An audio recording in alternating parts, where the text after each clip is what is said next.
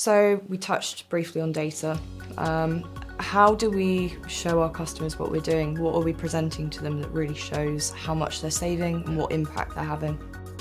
I think it's a really good point.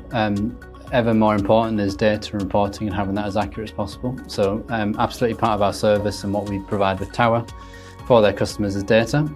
It's essentially broken into two sections with us. So the first element is very waste and environment agency derived. So that's when we turned up, the date and the time, who signed for it, what vehicle was used, how much volume is processed, and which EWC codes have been used to make sure it's compliant.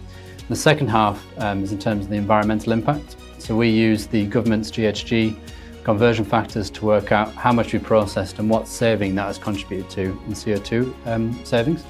And we can also provide the equivalent of that in terms of real life numbers. Which, let's be honest, is sometimes more Yeah, relevant to people. because as you can understand, if you were to say 10 tonnes of carbon saved, what does it actually look like? It's sometimes quite hard to get hold of and tangibly see. So within our reporting, we can also say this is the equivalent of X amount of miles driven or X amount of times flown from here to here, which I think brings it to life, but is also, as you've said, demanded by now in terms of customers and who they report to and what they need to see.